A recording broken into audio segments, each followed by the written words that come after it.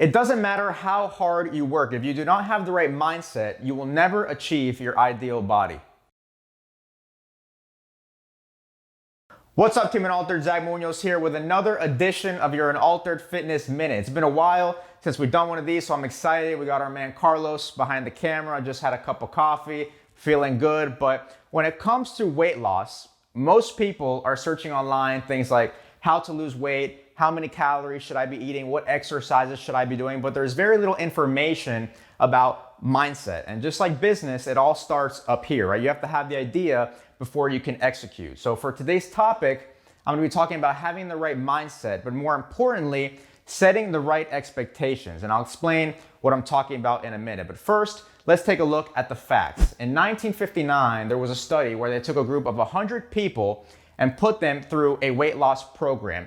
2 years after completing the program, they got back to the people and only 2 out of the 100 people sustained their weight loss results. Only 2% of the 100 people sustained the results. The 98 other people all gained the weight right back. And the data is probably even worse in today's society when you have ease of access to fast food restaurants, influx in foods with preservatives and high sugar foods and all that kind of junk, right? But nevertheless, here's what the research shows are the top reasons why most people fail at weight loss. Number one, not tracking weight. Studies show that knowing your weight at all times creates a psychological stimulus that pushes you to make healthier food choices and get adequate physical activity so that there's never a point in time where you stray too far away from the weight on the scale. So tracking your weight. Number two, not partaking in self-reflection. This is huge. This is the ability to continually self-reflect on your personal health and fitness and not just celebrate the wins, right? Like losing 5 pounds, 10 pounds, 20 pounds, or maybe going to the gym consistently for a week, but also reflecting on the losses. So whether you gained a few pounds or you skipped a day of the gym, and don't get me wrong, this is completely fine. It's normal to fall off track every once in a while, but it's important to reflect on these events when they happen. That way it's easier to correct course instead of dropping the habit of making these healthier food choices and getting proper exercise. So always be self-reflecting, not only on the successes along your personal fitness journey, but the losses as well.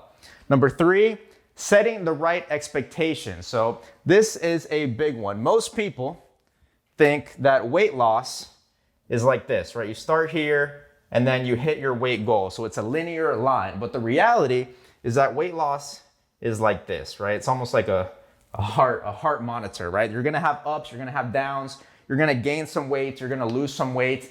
And the problem is that when people begin on their weight loss journey and they start tracking their weight and they gain a few pounds, they immediately get discouraged and they fall off. So once you realize that this is normal and this is not, you will have the motivation and the consistency to stick with your weight loss goals over the long term and sustain those long-term results. The last one, this is not a part of the research, this is just my personal opinion, but I strongly recommend that you figure out your why. Just like in business, it's important to have a strong motivational factor beyond the most surface level benefit. And what I mean by that is that, for example, people that have their why as just making a lot of money usually never hit their financial goals, right? So it's the same thing with weight loss. Losing 10 pounds and achieving a 6-pack of abs, those are all great motivators, but they're usually not strong enough to elicit the level of motivation that you need to sustain long-term results. So things like achieving better health so that you can have more energy to play with your kids or your grandkids, or maybe achieving better health so that you can increase your work productivity so that you can impact more people's lives within your business. Those are solid whys. So try to pick something that's deep beyond the most surface level benefit, and I guarantee that that will help you along your weight loss results. So if you're not trying to be a part of that 98% statistic of people that fail at weight loss, and you want to actually achieve long-term results, right? Not just lose weight for a week and then gain it right back. Achieve long-term health and fitness.